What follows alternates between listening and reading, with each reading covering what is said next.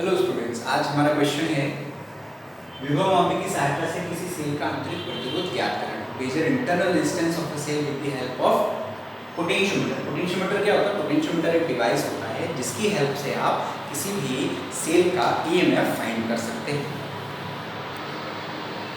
EMF आप find कर सकते हैं। ये जो होता है बोर्ड पर एक मीटर लंबे 4, 6 या 10 वायर लगा करके एक डिवाइस बनाया जाता है और ये जीरो डेविएशन पोजीशन पर बेस्ड होता है, शून्य विक्षेप की स्थिति पर आधारित होता है, इसलिए वोल्टमीटर से बेटर होता है। इसका हम सबसे पहले सर्किट डायग्राम बनाते हैं। इसके सर्किट डायग्राम में मैंने इसके वायर के बारे में बताया कि एक मीटर लंबे 4 या 6 वायर इसमें यूज होते हैं। हम सबसे पहले ड्रॉ करते हैं इसका वायर। इसका वायर ए बी, ये मैग्नीन या कॉन्स्टेंटन का बना होता है। ए बी इसका वायर है। इसमें दो सर्किट होते हैं, प्राइमरी सर्किट और सेकेंडरी सर्किट। प्राइमरी सर्किट हमेशा फिक्स होता है। इसमें तीन चीजें होती हैं, क्यूमुलेटिव सेल, रिओस्टेट और की।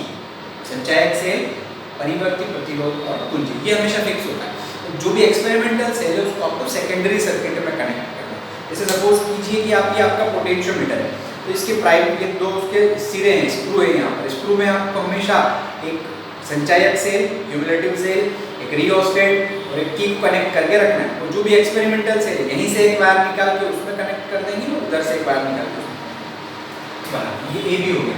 अब इसमें दो चीजें फिक्स, तीन चीजें फिक्स हैं। एक तो आपका क्यूमुलेटिव सेल, एक आपका रिओस्टेट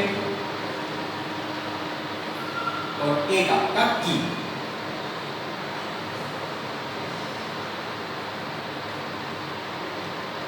संचायक सेल सी, क्यूमुलेटिव सेल, RH रिओस्टेट धारा नियंत्रक, की के।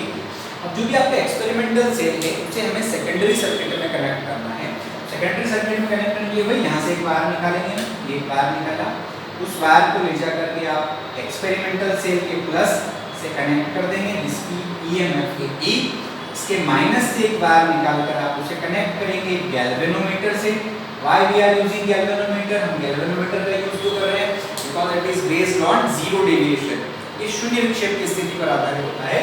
Zero deviation means no current flows through galvanometer. धारा मापी में कोई धारा प्रवाहित नहीं होना चाहिए, लेकिन उसकी निडल जीरो पर होना चाहिए। तो galvanometer आपको जीरो पर सेट करना रहेगा। उसको जीरो पर सेट करने के लिए क्या करना पड़ेगा? आपको यहाँ से इस galvanometer के सेकेंड टर्मिनल से एक वायर निकाल के उसे कनेक्ट करना रहेगा एक जॉकी से। जॉकी को आप इस वायर पे अलग अलग पोजीशंस पे टच करके देखेंगे और जिस पॉइंट पर हमको इसमें जीरो डेविएशन मिल जाता है, शून्य विक्षेप मिल जाता है, यहाँ से ए से हम उसका डिस्टेंस मेजर कर लेंगे। ये हो गया ई के लिए। अब जो सेल का इंटरनल रेजिस्टेंस होता है उसका फार्मूला होता है small r = capital R P/V -1।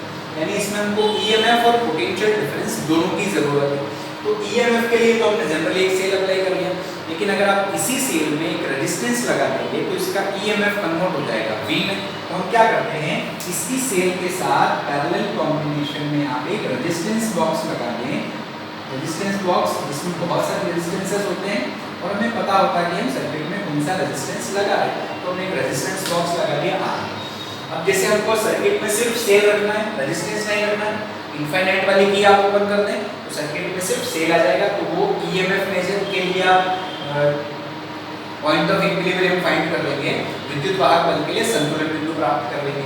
और जब आप इनफाइनाइट वाली की को लगा करके कोई भी नोड रेजिस्टेंस आपने 5 ओम, 10 ओम, 20 ओम जो भी आप चाहते हैं सर्किट में लगाना, उसकी रीड की जब आप ओपन करेंगे तो सर्किट में रेजिस्टेंस आ जाएगा, तो वही ईएमएफ अपना कन्वर्ट हो जाएगा पोटेंशियल डिफरेंस में विभव वाहक। ये जो चीजें अप्लाई की हैं हमने उनका यहाँ नाम। अब आ जाते हैं फॉर्मूले। फॉर्मूले में हमको दो चीजों की जरूरत है, E और V।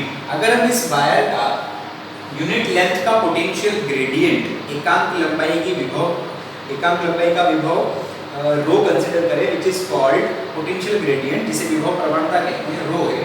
तो सपोज मैंने पहले इस सेल की बात कर रहा हूँ, तो मैं सेल के लिए मैंने इस जॉकी को वायर पे टच करके और इस पॉइंट पे मुझे पॉइंट ऑफ इक्विलिब्रियम मिलता है। इसके लिए जब मैंने इनफाइनाइट वाली की ओपन की तो इस पॉइंट पर मिलता है। तो यहाँ से मैं इस पॉइंट का डिस्टेंस मेजर कर लूँगा। सपोज ये कितना है, L1 सेंटीमीटर। तो point of equilibrium for cell E, EMF of cell E, इस सेल के ईएमएफ के लिए, विद्युत वाहक बल के लिए संतुलन बिंदु की दूरी कितनी है, L1 सेंटीमीटर, वो मैंने लिख दिया। तो फार्मूला क्या होगा इसका, E = प्रेक्षक ग्रेडियंट विभव प्रवणता एकांक लंबाई का विभव जिसे हम कहते हैं, उसमें हम लंबाई का गुणा कर देंगे तो आपके पास विद्युत वाहक बन जाएगा E = rho L। Equation number 5 similarly आप इसको फिर जॉकी को यहाँ से रिमूव करेंगे और हम इस सर्किट में दूसरा कोई रेजिस्टेंस अप्लाई करेंगे, इनफाइनाइट को वापस लगा देंगे। जब आप इनफाइनाइट को लगा करके कोई भी रेजिस्टेंस, सपोज हमने R रेजिस्टेंस ओपन किया, R मतलब 25 एनी ओम हो सकता है, R जब ओपन किया आपको फिर से जॉकी को इस वायर पे चलाना है और आपको फिर से पॉइंट ऑफ इक्विलिब्रियम सपोज यहाँ मिलता है तो आप फिर से A से इस पॉइंट ऑफ इक्विलिब्रियम का डिस्टेंस मेजर कर लेंगे। ये होगा आपका सपोज L2 सेंटीमीटर। तो चूंकि सर्किट में रेजिस्टेंस लगा हुआ है तो उसे हम EMF नहीं कहते हुए कहेंगे V, पोटेंशियल डिफरेंस विभव आता है। तो यदि V के लिए L2 सेंटीमीटर हो पॉइंट ऑफ इक्विलिब्रियम का डिस्टेंस, V के लिए संतुलन बिंदु की दूरी L2 सेंटीमीटर हो तो V = आपका हो जाएगा rho × L2। ये equation number 6। Internal resistance small r = होता है कैपिटल R E/V -1। इसका अलग से पूरा डेरिवेशन है इसलिए हम इसको डायरेक्ट फार्मूला यूज कर रहे हैं। यहाँ पर आपको क्या करना है, E और V की वैल्यूज पुट कर देना है। तो small r = capital R value of E rho L1 और V की वैल्यू है rho L2 -1।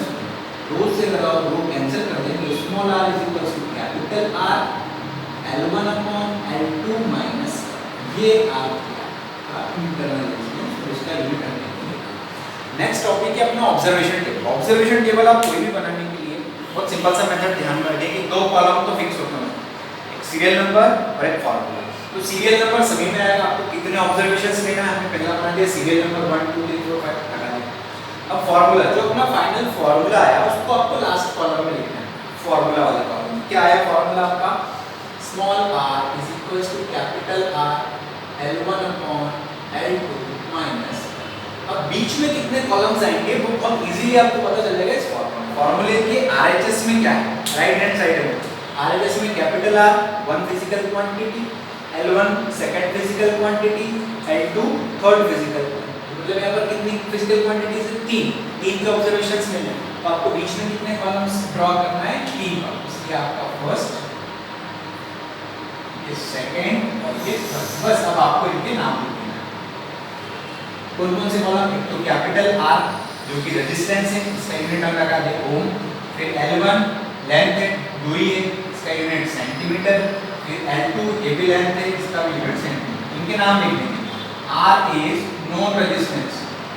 ये आपने खुद ही इसकी पिन को ओपन किया है तो आपको पता है कि ये कितने ओम का प्रतिरोध आपने लगाया है। हम क्या करेंगे, अलग-अलग ओम के रेजिस्टेंस ऊपर करेंगे। सपोज फर्स्ट रीडिंग में आपने 5 ओम ले लिया, सेकंड रीडिंग में 6 ओम ले ली, तो यहाँ पर अलग-अलग रीडिंग आपको लिख रहा है। L1 और L2 के नाम बहुत सिंपल है, यहीं से लिखेंगे। L1 का नाम distance of point of equilibrium from A for E, यहाँ पर आपको लिख देना है L1 का नाम। जो हमने यहाँ लिखा था वही से, कुछ अलग नहीं। E के लिए सीधे A से संतुलन बिंदु की दूरी, L1 का नाम। Similarly distance of point of equilibrium from A for V, V के लिए सीधे A से संतुलन बिंदु की दूरी। ठीक है, ये हो जाएगी आपकी यहाँ पर E के लिए और यहाँ पर V के लिए पूरा सेम टू सेम लिख देंगे। ये आपके ऑब्जर्वेशन टेबल कंप्लीट। उसके बाद आता है precautions, because it is an electrical practical. ये इलेक्ट्रिकल प्रैक्टिकल है, इलेक्ट्रिकल प्रैक्टिकल मतलब जिसमें सेल हो, की हो, रेजिस्टेंसेस हो, जॉकी हो, ये सारे प्रैक्टिकल इलेक्ट्रिकल प्रैक्टिकल कहलाते हैं। तो आपको ध्यान रखना है कि फर्स्ट ऑब्जर्वेशन, फर्स्ट प्रिकॉशन, हमेशा हम करंट तभी फ्लो करेंगे जब हमको ऑब्जर्वेशंस लेना हो, धारा तभी प्रवाहित करेंगे जब प्रेक्षण लेना हो। अननेसेसरी करंट फ्लो करेंगे तो वायर गर्म हो जाएगा, उसकी फिजिकल कंडीशन चेंज हो सकती है, प्रैक्टिकल हमारा गड़बड़ हो सकता है। Current only flow when observations have to be taken, धारा तभी प्रवाहित करें जब प्रेक्षण लेना हो। सेकेंड प्रिकॉशन हो जाएगी, इसमें जॉकी का हम यूज कर रहे हैं, तो do not rub jockey on wire. Jockey को तार पर रगड़ना नहीं है, अगर आप उसको रगड़ेंगे तो वायर घिसेगा, उसकी फिजिकल कंडीशन चेंज हो जाएगी, अपना प्रैक्टिकल फिर डिस्टर्ब हो जाएगा। दोनों current should be flow only when observations are taken, धारा तभी प्रवाहित करें जब प्रेक्षण लेना हो। Do not rub jockey on wire, jockey को वायर पर रगड़ना नहीं है। थर्ड मोस्ट इंपॉर्टेंट, जब उसके स्क्रूज लूज होंगे, स्क्रू ढीले होंगे तो करंट प्रॉपर्ली फ्लो नहीं होगा। All screws must be tight, सारे स्क्रू अच्छी तरह से कसे होना, सारे पेंच अच्छी तरह से कसे होना चाहिए। Fourth very important for potentiometer, इसमें हम क्यूमुलेटिव सेल और एक्सपेरिमेंटल सेल दोनों का यूज कर रहे हैं। तो जो क्यूमुलेटिव सेल है, संचयक सेल है, उसका विभवांतर, उसका विद्युत वाहक बल ज्यादा होना चाहिए आपके प्रायोगिक सेल से। EMF of cumulative cell must be higher than experimental cell. ये अपना क्वेश्चन है, एग्जाम में इंपॉर्टेंट क्वेश्चन है एग्जाम के नजरिए से, और आपके प्रैक्टिकल में भी ये आपको यूज होगा। आप इसको अच्छे से पढ़ें, उसके नोट्स